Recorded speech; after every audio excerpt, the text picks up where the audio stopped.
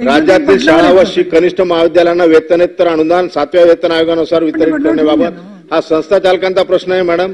मान्य सभापती महोदय, राज्यातील खासगी अनुदानित प्राथमिक माध्यमिक व उच्च माध्यमिक शाळांना शासनाकडून वेतनेतर अनुदान दिले जाते। या वेतनेतर अनुदानातून शालेय खर्च भागविणे अपेक्षित असते, परंतु हे अनुदान फार अल्प असल्यास शालेय कामकाजाकरता फार मोठा उपयोग होत नाही। ज्याप्रमाणे शिक्षक शिक्षकेतर कर्मचारी यांची वेतनवाढ होते, त्याचप्रमाणे वेतनेतर अनुदानाचे दर देखील वाढणे गरजेचे आहे, कारण शाळांच्याही गरजा दिवसेंदिवस वाढत आहेत।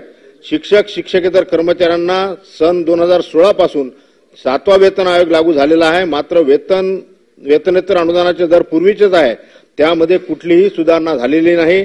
आज शाळा अद्ययावत ठेवण्यासाठी अनेक साधनांची गरज असते। दैनंदिन कामाकरिता अनेक किरकोळ खर्च करावे लागतात।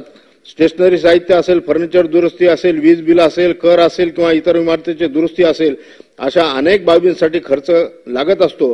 ग्रंथालयातील पुस्तके असतील, क्रीडा साहित्य असेल, शाळेची स्वच्छता असेल, त्यासाठी निधी लागतो। शासन याकरता वेगळा निधी उपलब्ध करून देत नाही, त्यामुळे हा खर्चही वेतनेतर अनुदानातून भागवावा लागतो। त्यामुळे वेतनेतर अनुदान पुरेसे मिळणे अत्यंत गरजेचे आहे। या विशेष उल्लेखाद्वारे मी शासनात नम्र विनंती करतो की खासगी अनुदानित शाळेसाठी दिला जाणारे वेतनेतर अनुदान याचा दर वाढवून 7व्या वेतन आयोगाच्या दरानुसार करण्यात यावा, अशी माझी विनंती आहे। धन्यवाद।